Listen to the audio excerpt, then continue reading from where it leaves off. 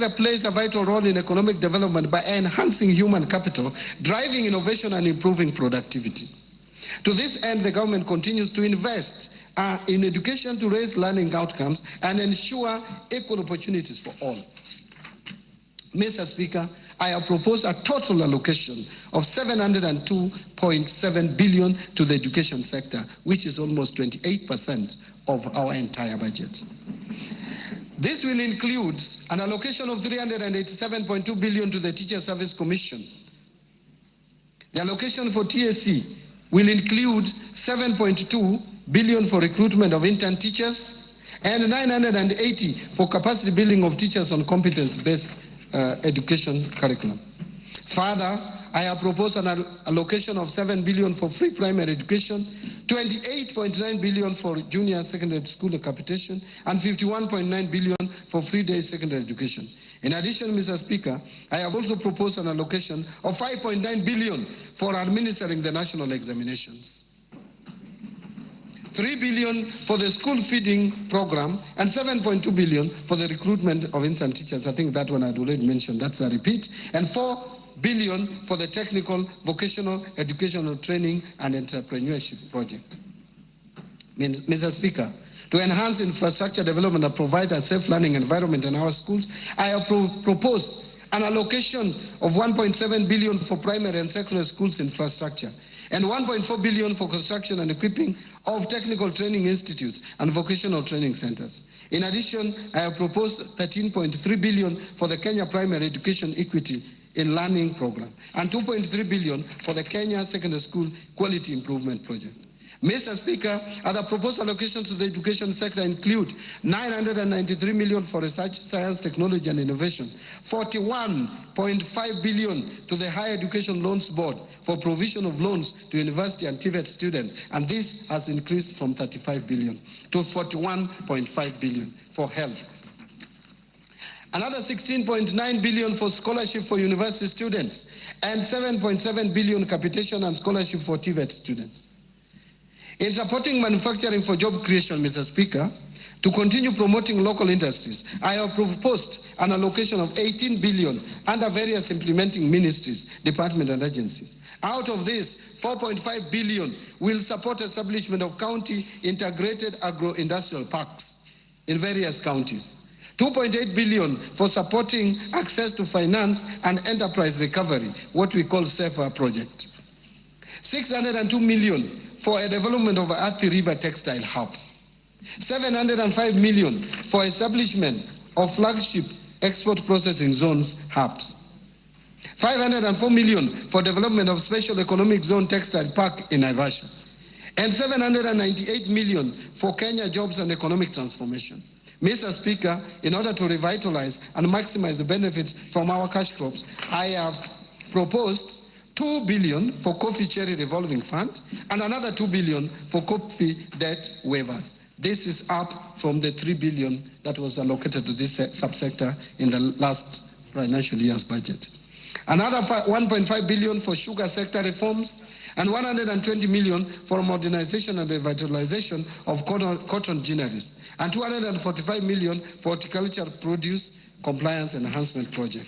Mr. Speaker, to support local production and processing of edible oils, I have proposed an allocation of 300 million for the National Edible Oil Crops Promotion Project.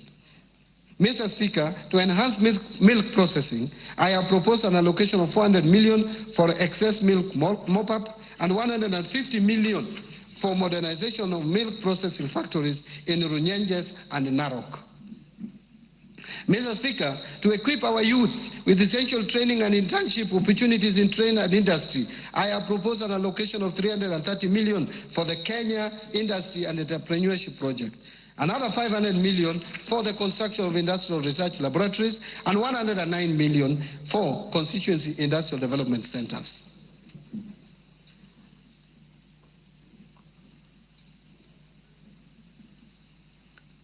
Now let me speak to improving security.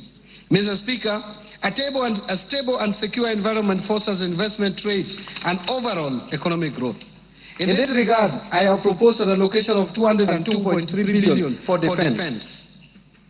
125.7 billion for the National Police Service, and 51.4 billion for the National Intelligence Service. Another 32.5 billion for internal security and national administration, and 38.1 billion for prison services. I have also proposed an additional allocation of 10 billion to cater for leasing of police motor vehicles and 3.6 billion for police modernization program. Mr. Speaker, to combat crime and enhance administration of justice, I have proposed 1.2 billion for construction and modernization of national forensic facilities. Now, let me turn to protecting the vulnerable groups in our society. Mr. Speaker, social protection services are crucial for building more equitable and resilient societies by reducing poverty, inequality, and vulnerability, as well as promoting economic growth and social cohesion. I have in this regard proposed an allocation of 41.4 billion in this budget to protect the vulnerable members of our society and promote affirmative action. This is increasing from 33 billion in the current financial year's budget.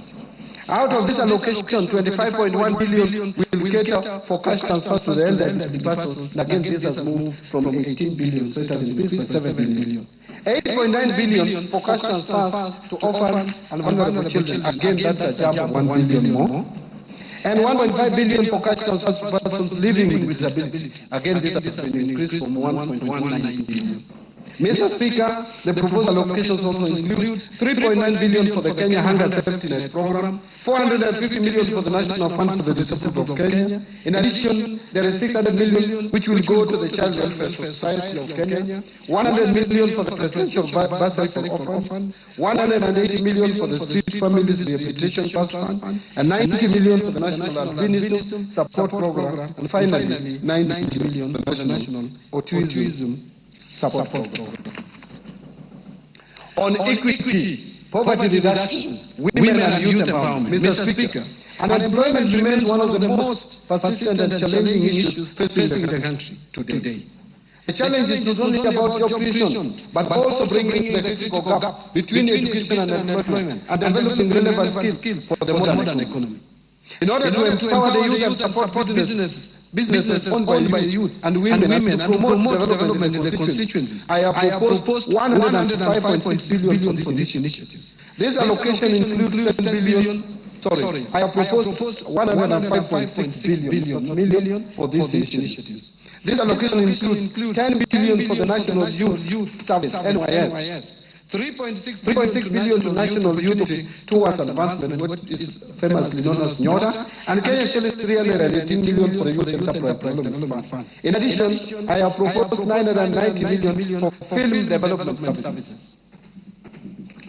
Mr. Speaker, to further empower our women and girls, I have proposed 353 million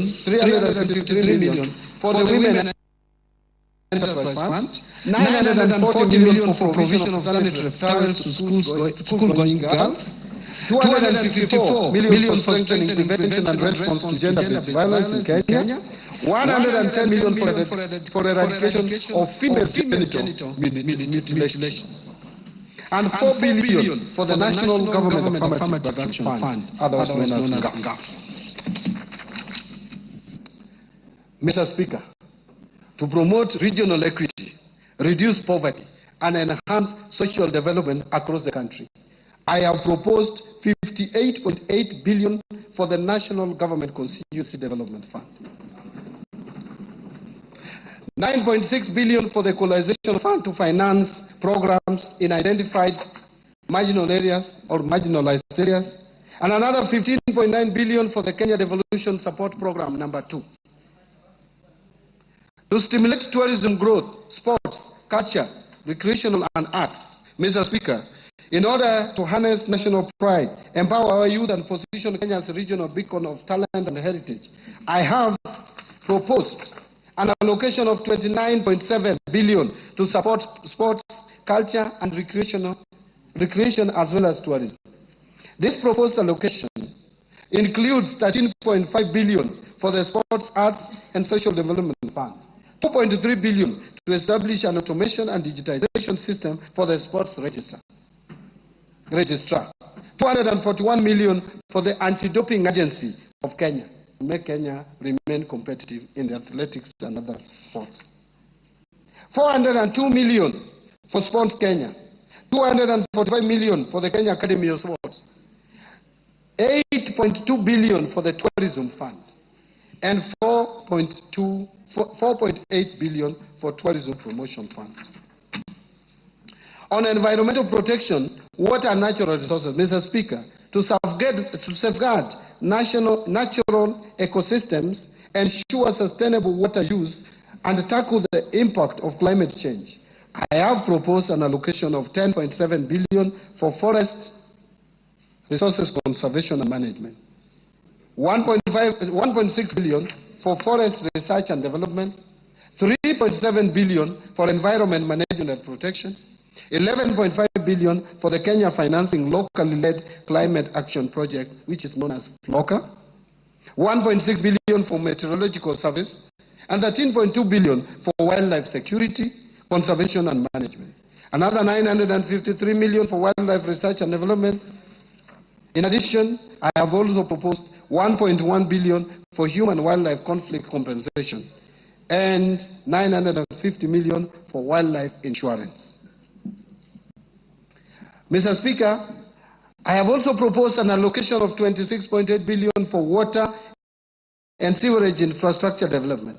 Out of this, 16.5 billion for water resources management and 1.9 billion for water storage and flood control.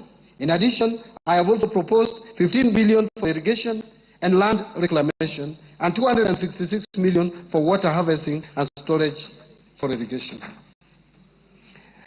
In order to improve governance and sustaining the fight against corruption, Mr. Speaker, to enhance good governance, intensify the fight